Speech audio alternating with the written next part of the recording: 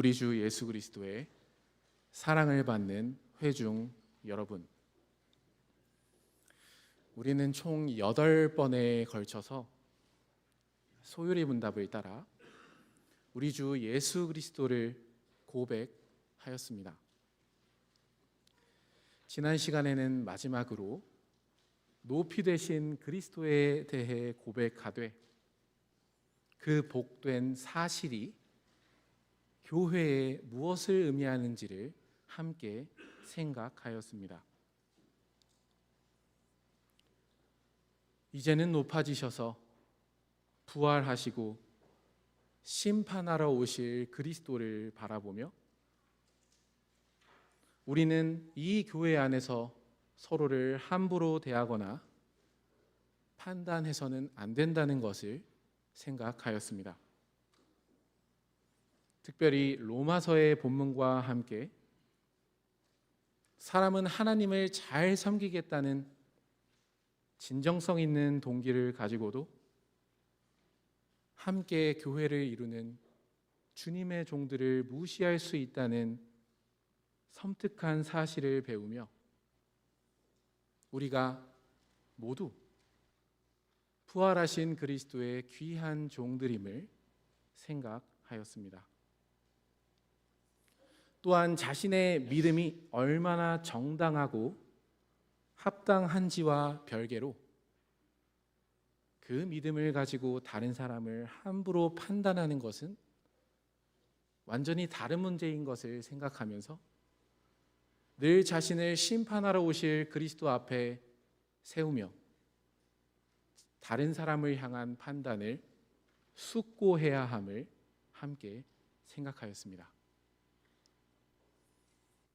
이어서 우리는 우리에게 오신 성신 하나님 안에서 하늘에 오르시고 우편에 앉으신 그리스도를 생생하게 누리며 경험할 수 있다는 사실도 생각하였습니다. 성신 하나님을 우리가 누릴 때는 우리가 일종의 세상을 향한 기소청이 될 때였습니다. 성신 하나님께서는 이제는 구원을 완성하신 그리스도를 세상 앞에 제시하시며 그 그리스도를 믿지 않는 것이 죄라 세상을 기소하십니다. 또한 하나님 아버지께서 유일하게 인정하시는 의로운 길, 곧 옳은 길은 그리스도의 발자취를 따라 그리스도께 순종하며 고난을 통해 영광으로 들어가는 것임을 함께 살펴보았습니다. 또한 이제는 죄와 사망의 권세를 이기신 그리스도를 바라보며 이 세상의 임금은 이미 심판받았음을 입증하되 그 사실은 우리가 세상을 뒤로하고 주님만을 따를 때 더 드러나게 된다는 것도 살펴보았습니다.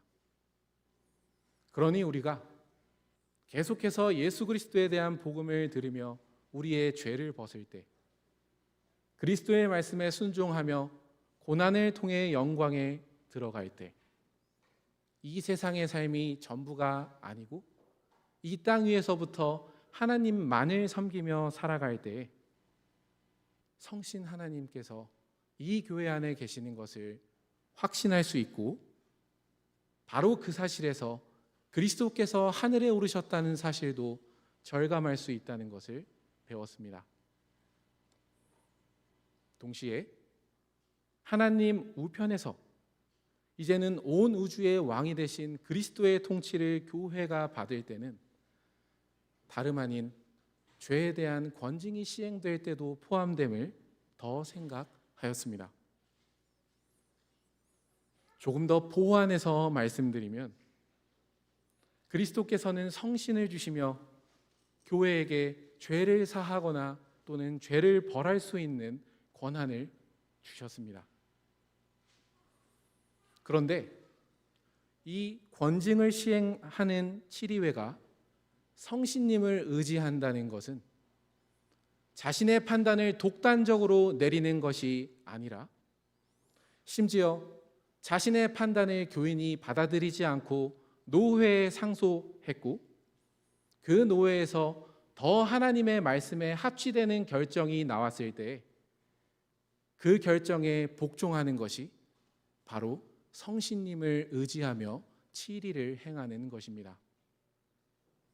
왜냐하면 교회는 자신의 사람에게서 나오는 자신의 권한을 행사하는 것이 아니라 성신 하나님께서 쓰시는 하나님의 말씀에 따라 치리하는 것이 자신의 의무이기 때문에 언제나 하나님의 말씀이 더 밝히 드러나면 그 앞에 고개를 숙이고 그 통치를 주님의 귀한 회중에게 전달하는 것이 교회의 치리이기 때문입니다. 이러한 치리가 정당하게 행해지고 또 받아들여질 때 우리는 하나님 우편에 앉으신 그리스도를 이 교회 안에서 더 생생하게 느낄 수 있습니다. 이렇게 생각해 보면 이 교회가 높아지신 그리스도를 충만하게 경험할 수 있는 유일한 곳임을 우리는 배웁니다. 그렇기에 우리는 이 땅 위에서 높아지신 그리스도를 이 교회 안에서 더욱더 누리기를 소망하면서 다음과 같은 사도의 고백에 참여합니다. 하나님의 능력이 그리스도 안에서 역사하사 죽은 자들 가운데서 다시 살리시고 하늘에서 자기의 오른편에 앉히사 모든 통치와 권세와 능력과 주권과 이 세상뿐 아니라 오는 세상에 일컫는 모든 이름 위에 뛰어나게 하시고 또 만물을 그의 발 아래 복종하게 하시고 그를 만물 위에 교회의 머리로 삼으셨느니라. 교회는 그의 몸이니 만물 안에서 만물을 충만하게 하시는 이의 충만함이라. 에베소서 1장 20절로 23절의 말씀입니다. 교회는 높아지신 그리스도의 충만함을 누리는 충만함입니다. 오늘은 그리스도에 대한 고백을 뒤로 하고 이제 성신 하나님에 대해서 중점적으로 살피는 단락에 들어갔습니다. 그래서 주보를 보시면 29문에서 38문이 한 단락으로 이루어져 있습니다. 그렇게 분류하였는데요. 이 부분은 모두 성신 하나님을 중점적으로 고백하는 단락입니다.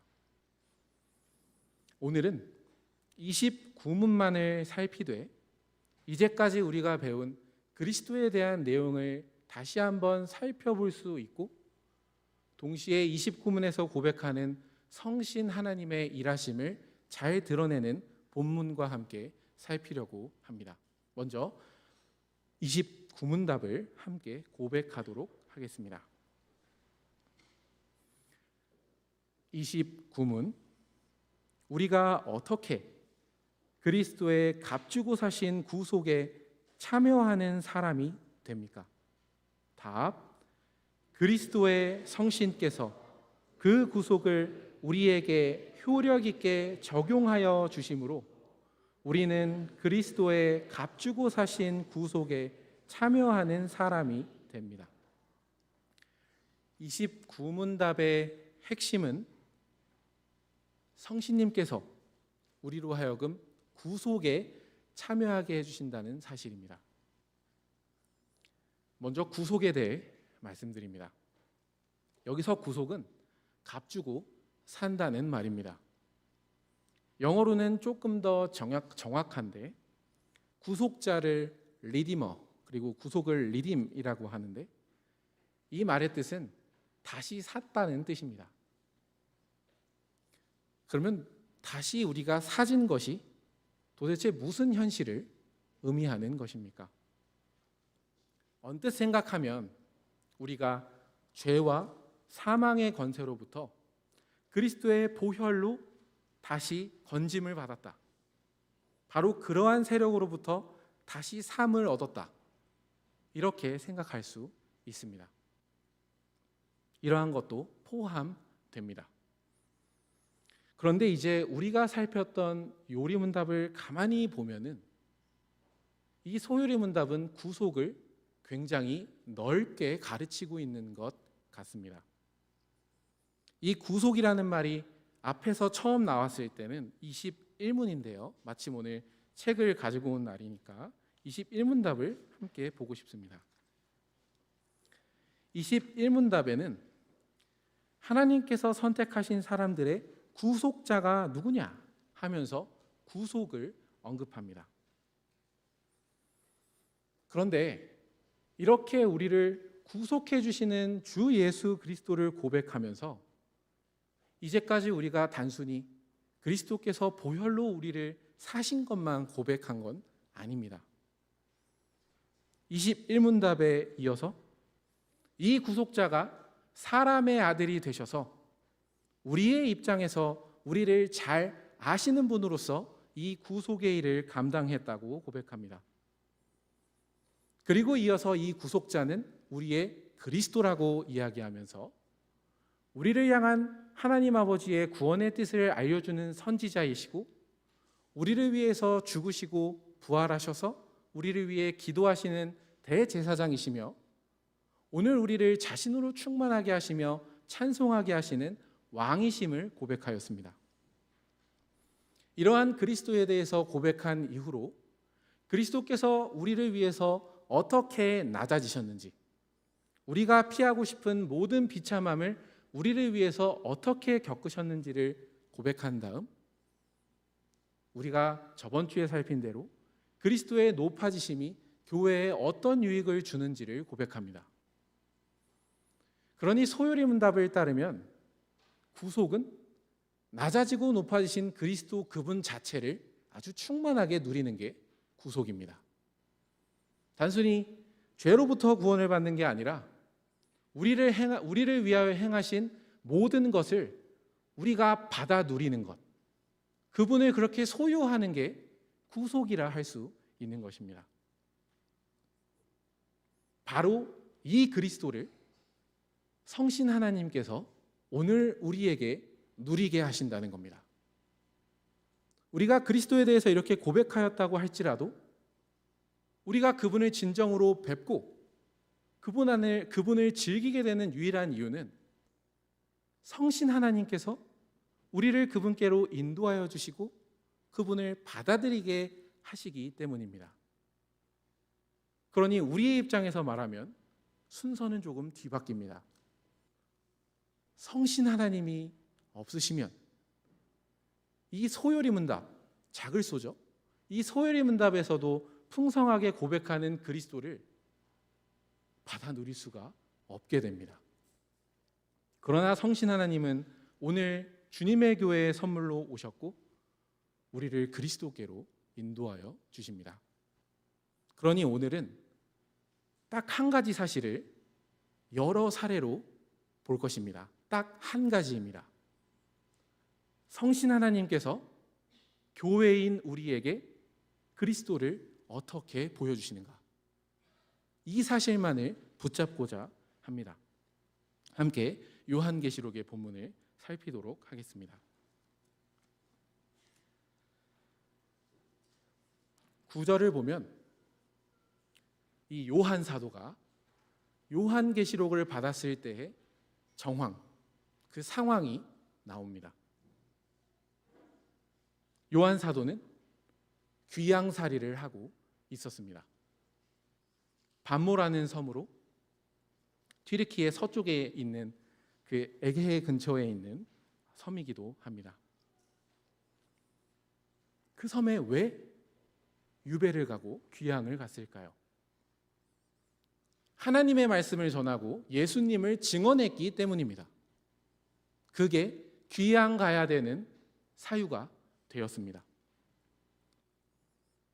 이게 왜 죄가 되었냐 하면 당시 로마 사회에서 이 종교는 사회를 결집시키는 아주 중요한 근간이 되었습니다. 지금 만약 누군가 이 민주주의 사회에 와서 민주주의의 근간을 흔드는 일들을 자꾸자꾸 한다면 거기에 익숙한 우리는 얼마나 불안하겠습니까? 당시 로마 사회에서 기독교가 딱 그런 존재였습니다. 왜냐하면 그 당시 사람들은 황제를 신으로 숭배하면서 또 일상적으로는 자신의 일과 관련된 신들을 함께 섬겼기 때문입니다. 그런데 기독교는 주 예수 그리스도만이 유일한 왕이시다라고 고백합니다. 이 사람들 눈에 얼마나 기독교가 불안하고 위험한 종교였겠습니까? 그러니 당시 상황은 엄청나게 어두운 것입니다. 교회가 요한뿐만 아니라 다 이런 위기에 처해 있었습니다. 교회가 다 이러한 상황에 있었다는 것, 그 사실은 요한이 이 요한계시록이라는 서신을 받는 교회를 향하여 9절에 보면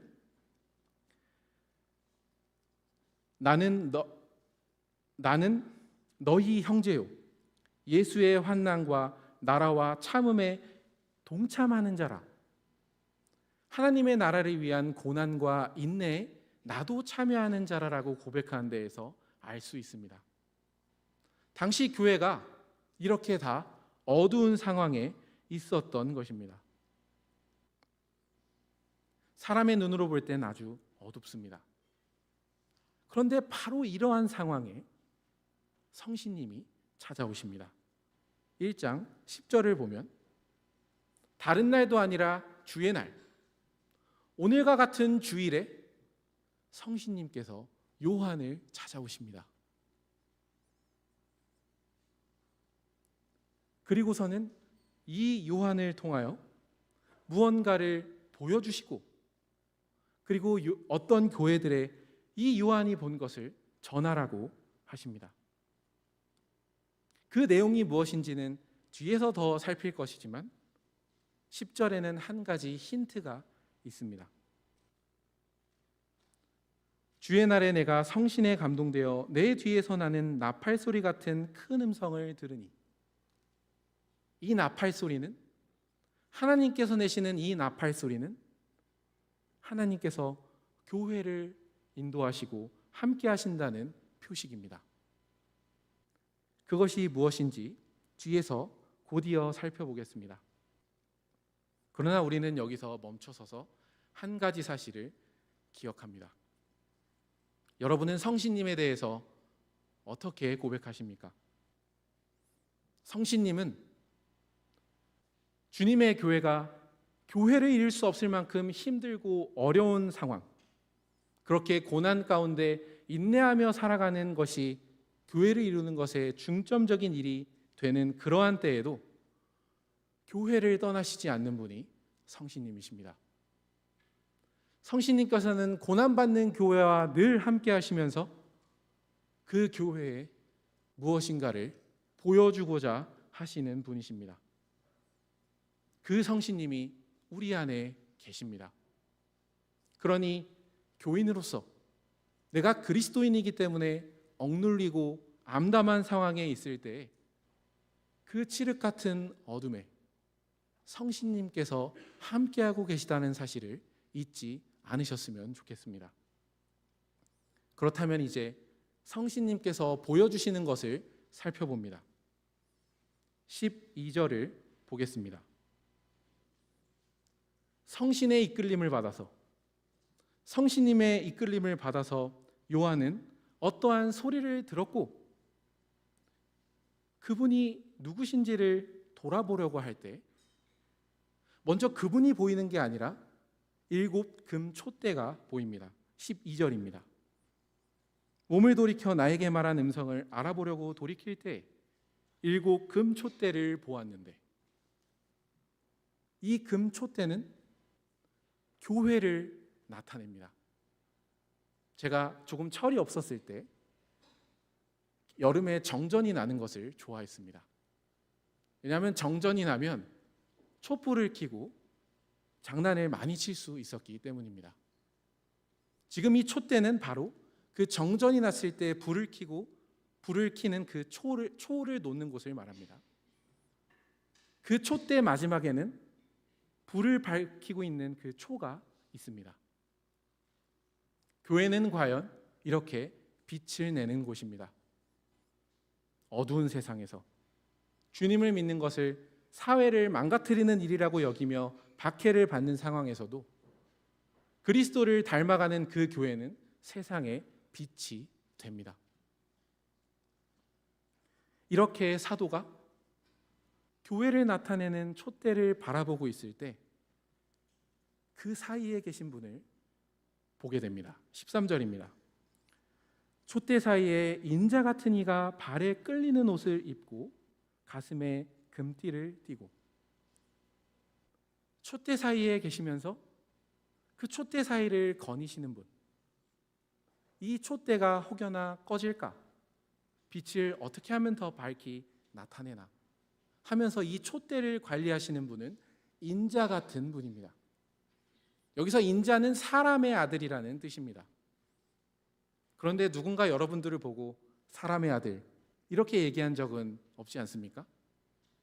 굳이 이 사람을 두고 사람의 아들이라고 이야기하는 이유는 이분이 원래 사람이 아니었기 때문입니다. 우리가 배운 대로 우리를 향하여 낮아지신 그분, 하나님이셨다가 죽기까지 순종하시려고 낮아지셨던 그 그리스도를 나타내는 것입니다.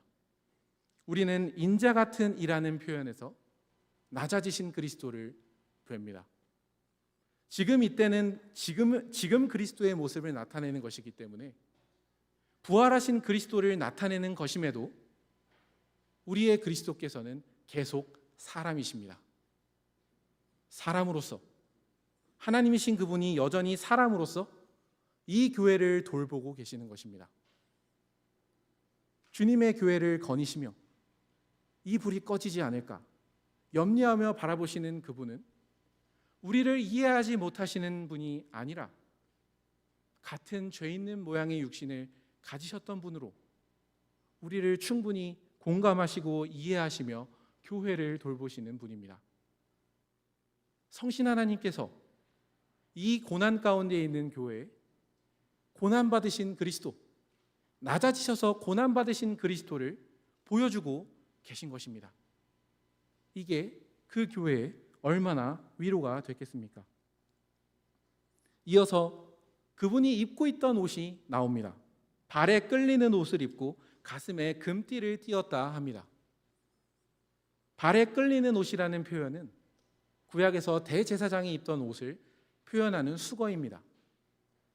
이분은 대제사장이십니다. 교회를 돌보시는 이분은 우리를 위해서 죽었다가 여전히 기도하시며 우리를 돌보시는 그 대제사장이십니다. 동시에 그분은 가슴에 금띠를 띠었다 합니다. 우리가 얼마 전에 베드로전서를 배우면서 일을 열심히 하려면 허리에 끈을 동여야 된다고 잘 배웠는데요. 지금 이분은 허리에 띠를 두르지 않습니다. 가슴에 띠를 두르고 있습니다. 로마 사회에서 가슴에 띠를 두른 사람들은 허리를 동이고 일할 필요가 없는 고위급 관료를 뜻합니다.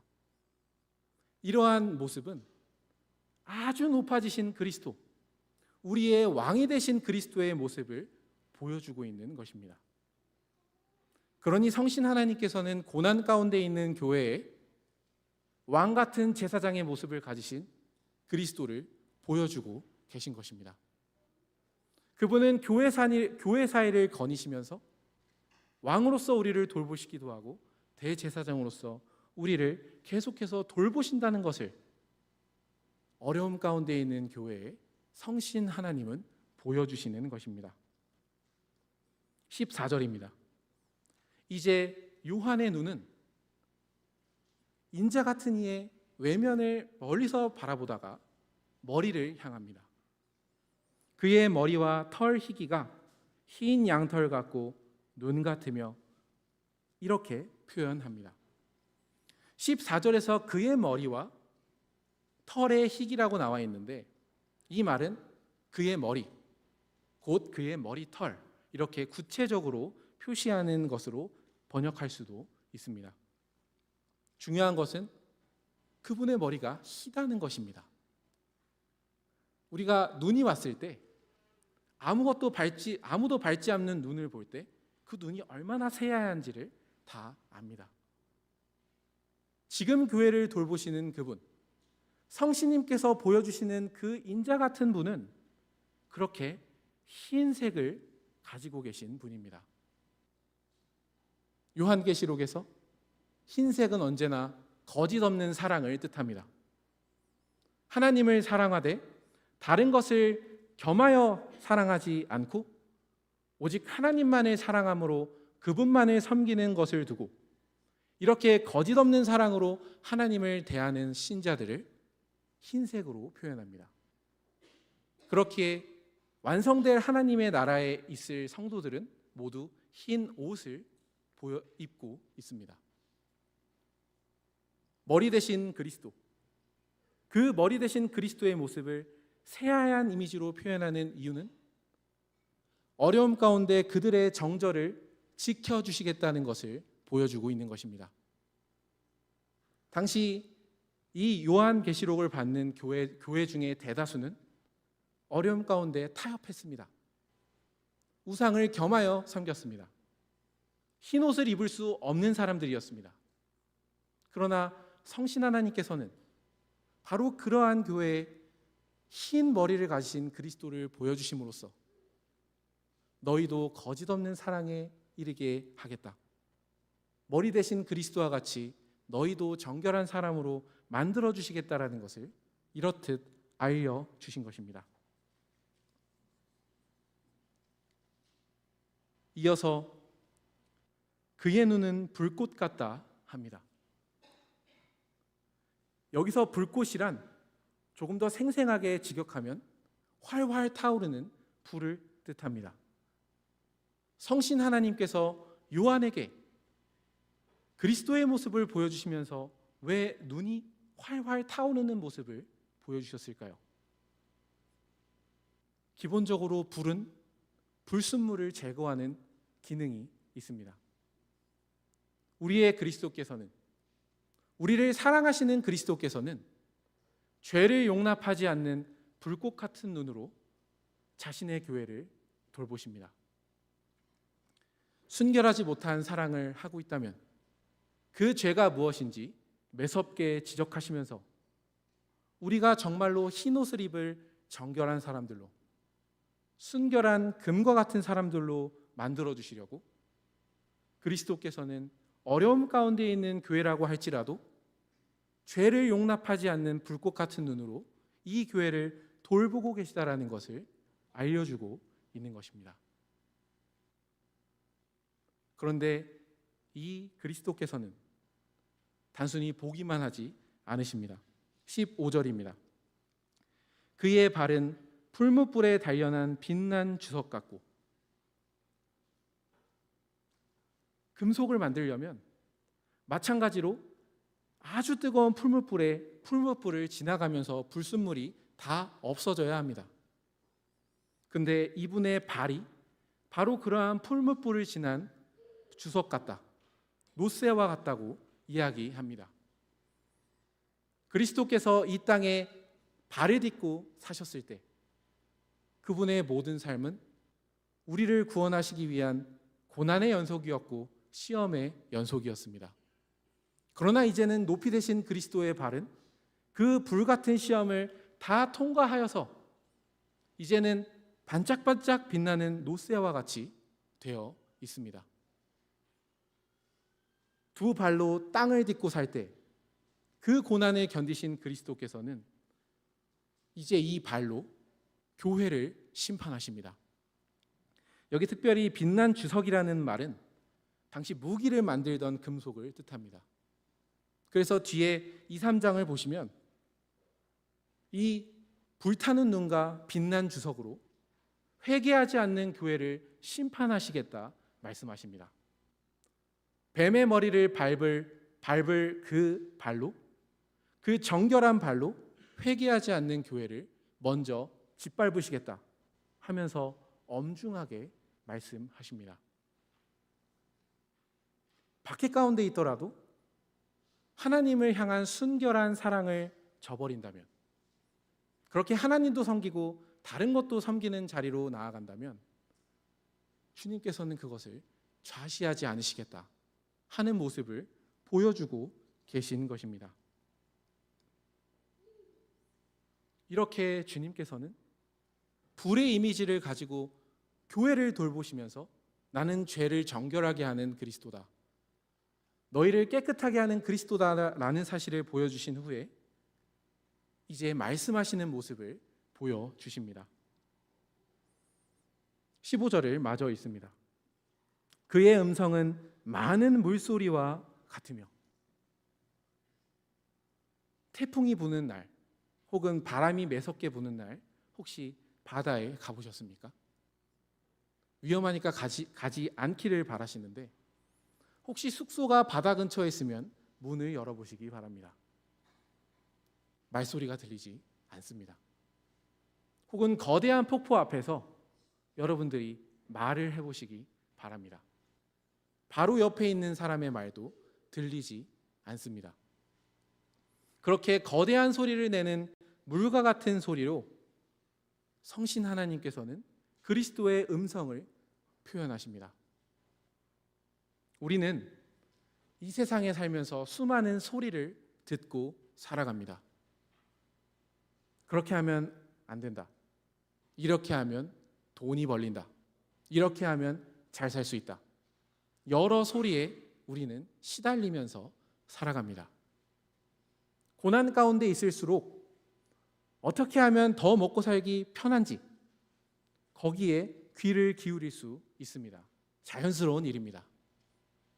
그러나 바로 그때 그 절박한 심정을 하나님 아버지께 가져가지 않고 다른 것을 의지하는 대로 나아갈 때 우리 역시 잘못을 행하는 것일 것입니다.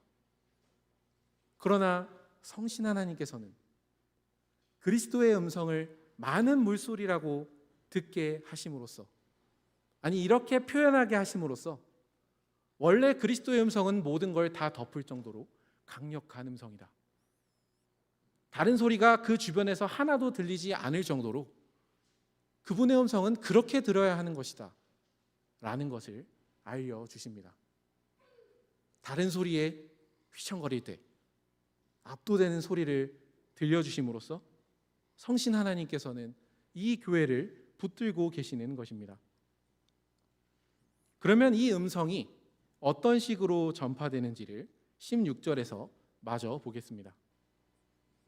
그의 오른손에 7 별이 있고, 오른손에 7 별이 있다고 합니다. 22절을 보면은 내 오른손에 7 별의 비밀은 곧 7 교회의 사자다 이렇게 이야기하십니다.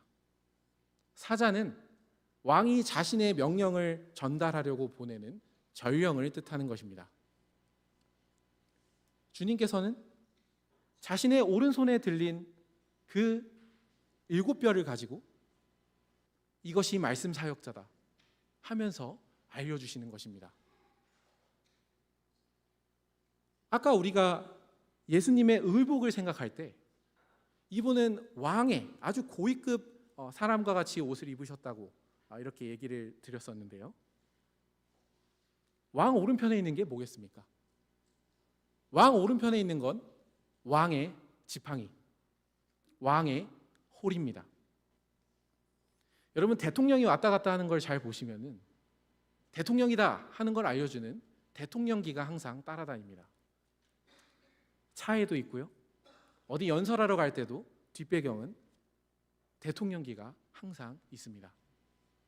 이 지팡이는 겉보기엔 아무것도 아닌 것 같아도 어떤 사람들이 딱 보면 그 지팡이를 딱 보고 저 사람이 왕이구나 하는 걸 알려주는 표인데요. 바로 그 왕임을 나타내는 표가 말씀 사역자들이라고 이야기하고 있는 것입니다. 이사시는 어려움 가운데에서 말씀을 전하는 사람이나 듣는 사람에게 큰 위로를 줍니다. 에베소 교회 같은 경우에는 시대가 많이 어려워지니까 남들 잘못을 잘 보는 교회가 됐습니다.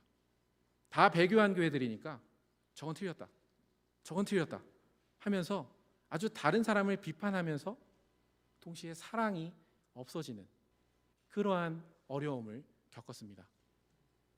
말씀을 전하는 사람도 어려움이 극한에 치달을수록 사람의 힘으로 무언가를 바꿔보려는 유혹이 있고, 그렇게 되면 하나님의 사랑을 전하기보다 사람의 잘못된 점을 꼬집어서 그 사람을 바꾸려 하는 유혹이 있습니다. 그러나 말씀 사역자 자신도 일하는 사람은 내가 아니다.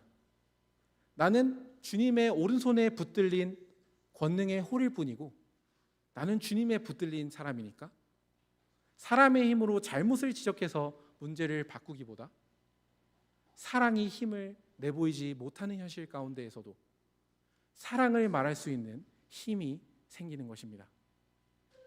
내 힘을 바라보는 게 아니라 나도 그 전능하신 오른손에 붙들린 주님의 사자인 것을 인정할 때 주님의 사랑을 효과 없는 상황 가운데에서도 계속 전할 수 있는 것입니다. 그러한 말씀을 들으면 그러한 교회도 어려움 가운데 다른 사람의 잘못을 지적하기보다 주님의 사랑 안에서 나의 잘못도 보고 다른 사람의 잘못도 볼 수 있는 용기가 생기는 것입니다. 사람을 바라볼 때가 아니라 주님의 오른손을 바라볼 때, 말씀을 전하는 사람이나 듣는 사람이나 그 말씀을 써주시는 분의 오른손을 바라볼 때 주님의 교회는 어려움 가운데에서도 사랑을 잃지 않고 계속해서 전진할 수 있는 것입니다. 이제 말씀에 대한 마지막 모습이 나옵니다. 16절을 보면 그의 입에서 좌우에 날성검이 나온다 합니다. 여러분, 혀를 이렇게 뾰족하게 만들어 보시면 이 끝에를 꼭지점으로 하는 이등변 삼각형처럼 만들어지지 않습니까? 여기 좌우의 날성검이라는 게 당시 로마 군사들이 쓰던 아주 날카로운 양날검을 이야기하는 것입니다. 그런데 그 양날검을 바라보면서 주님의 혀로부터 나오는 말씀을 생각합니다.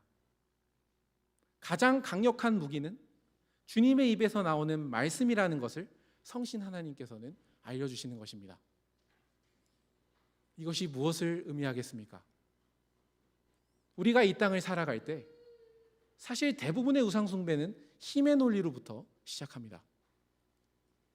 유치원의 교실부터 국가 간의 관계까지 사실 많은 경우는 힘의 논리에 따라 다른 사람을 억압을 당합니다. 돈이 힘일 수도 있고 학력이 힘일 수도 있고 이 사회에 여러 가지 우리에게 효과들을 가져다 주는 것을 힘으로 여길 수 있는데, 지금 주님께서는 아니다. 가장 강력한 무기는 내 입에서 나오는 말씀이다. 그러니 그 말씀으로 세상을 이겨라.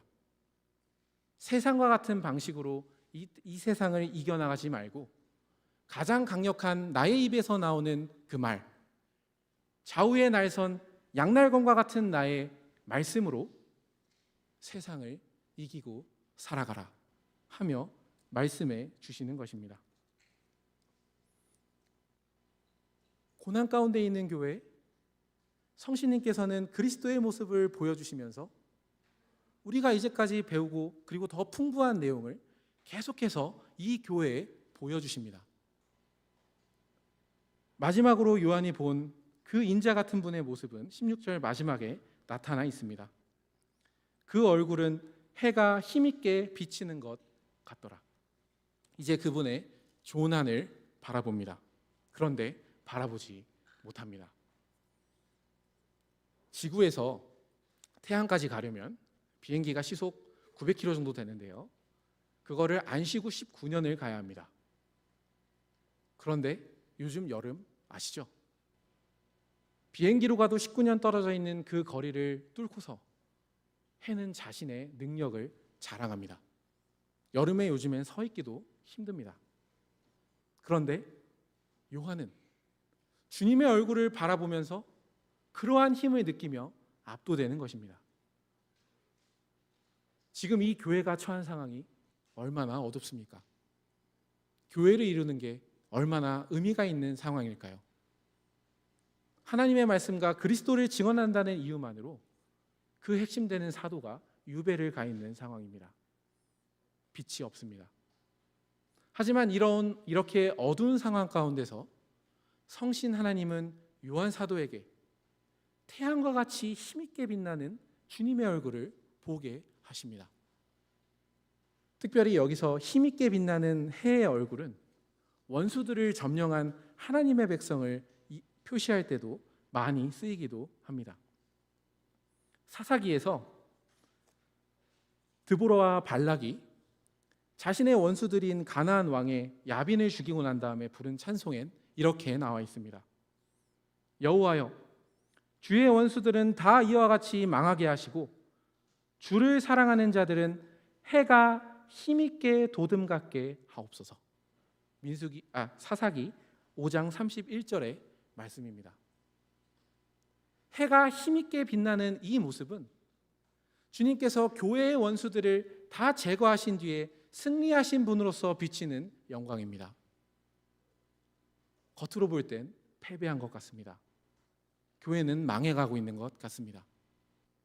바로 이런 교회의 성신 하나님께서 그리스도의 모습을 보여주시되 그 얼굴은 미처 그 앞에 설 수도 없이 강력한 태양으로 나타내십니다. 상황은 어두울지라도 그 교회를 이끄시는 분은 태양과 같이 힘있게 빛나시는 분임을 보여주시면서 이 교회를 격려하시는 것입니다. 이렇게 힘있게 빛나는 태양과 같은 주님 앞에서 요한은 혼절합니다. 의식을 잃고 쓰러집니다. 바로 그때 이 그리스도께서 그 오른손으로 쓰러진 요한에게 그 따뜻한 손길을 가져다 대십니다. 그리고 이렇게 말씀하십니다. 17절 하반절입니다. 두려워하지 말라. 나는 처음이요 마지막이니 곧 살아있는 자라. 내가 전에 죽었었노라. 볼지어다. 이제 세세토록 살아있어 사망과 음부의 열쇠를 가졌노니 그러므로 내가 본 것과 지금 있는 일과 장차 될 일을 기록하라. 그 주님의 뜨거운 얼굴 앞에서 쓰러진 요한에게 죽었다가 살아나신 그리스도께서 여전히 그 따뜻한 손길로 그 사람을 일으키십니다. 우리가 이제까지 성신 하나님을 통해서 바라본 그리스도의 모습은 요한과 같이 스스로 설 수도 없이 두려운 모습이었지만 우리를 위해서 죽으시고 부활하셔서 이제는 우리와 계속하여 함께 하실 그분은 여전히 지친 우리에게 따뜻한 손길을 갖다 대시며 두려워하지 말라 하며 말씀하시는 분이십니다. 특별히 죽었다가 살아난 이분은 사망과 음부의 열쇠를 가지신 분이십니다. 예수님을 믿는 것, 하나님의 말씀을 전하고 살아가는 것이 이 당시에는 죽음을 의미했지만 죽었다가 살아나신 그분께서 내가 진정한 죽음과 지옥의 열쇠를 가지고 있다 하며 손길을 주시면서 죽음도 두려워하지 않고서 어려움 가운데 교회를 이룰 수 있도록 이 교회를 격려하고 계시는 것입니다. 사실 오늘 우리가 이 그리스도의 이 환상 중에 본 그리스도의 모습을 바라볼 때 우리가 이전에 배웠던 그리스도에 대한 내용이 많이 나옵니다. 그러나 성신 하나님께서 바로 그 높이 되신 그리스도를 고난받는 교회에게 보여주십니다. 그 그리스도를 바라보면서 한편으론 어려움 가운데에서 타협하면서 죄의 길로 가지 않도록 엄하게 불타는 눈과 빛난 주석을 보여주시기도 하시지만 인자 같은 분으로서 교회를 위해 죽었다가 살아나신 그분으로서 항상 교회 사이를 다니시며 교회를 돌보고 계시다는 사실도 함께 알려주십니다. 우리가 이 교회 안에서 어떠한 상황 가운데에서도 그리스도를 알 수 있는 이유, 요한계시록이 쓰여진 이 극단적인 상황 가운데에서도 성신 하나님은 결코 교회를 떠나지 않으십니다. 그리고 그 성신 하나님께서 교회가 바라보며 일어설 수 있는 그리스도를 밝히 보여주십니다. 그렇게 그리스도와 같이 의로운 자들로서, 하얀 옷을 입은 정결한 사람들로서, 마침내 태양과 같이 빛날 얼굴을 가질 사람들로서 우리가 계속해서 그리스도를 향해 나아가게 하십니다. 이제부터 성신 하나님께서 구체적으로 이 일을 우리에게 어떻게 이루시는지를 살펴보길 원합니다. 하지만 그 모든 고백 가운데서 한 가지 초점을 잃지 않으셨으면 좋겠습니다. 성신 하나님께서 우리가 어떤 상황에 있든지 우리를 떠나지 않으시고 우리의 소망이 되시고 우리의 힘이 되시는 그리스도를 우리에게 밝히 알려주십니다. 이러한 성신님을 더욱더 알아가며 그분을 찬양하고 그분을 더욱더 즐기는 자리로 나아갔으면 좋겠습니다. 함께 기도하시겠습니다.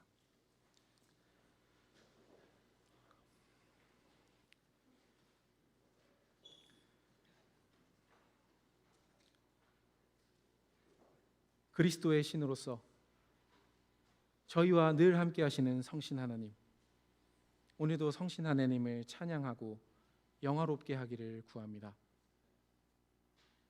그리스도께서 저희를 위하여 수많은 일을 이미 이루어 놓으셨고 또 수많은 일을 행하고 계실지라도 성신 하나님께서 그것을 저희에게 밝히 보여주시지 않는다면 저희는 어려운 상황 가운데에서 금세 휘청거리면서 정로를 이탈하게 될 연약한 사람들입니다.